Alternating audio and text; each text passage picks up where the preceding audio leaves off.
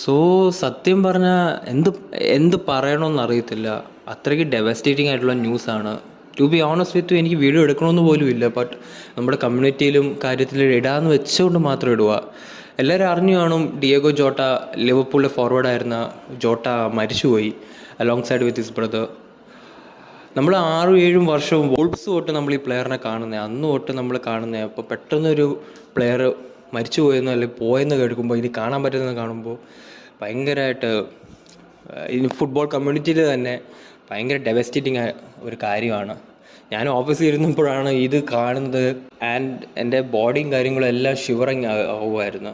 അത്രയ്ക്കും ഭയങ്കരമായിട്ട് mood off ആയിപ്പോയി. ഞാൻ മാത്രമല്ല, ഏതൊക്കെ ഫുട്ബോൾ ഫാൻസ് ഉണ്ട് അവരെല്ലാവരും. So our thoughts are with his family and all, and rest in peace bro. I don't എന്തോ പറയണമെന്ന് അറിയത്തില്ല, അത്രയ്ക്കും മൂഡ് ഓഫാ. So peace out.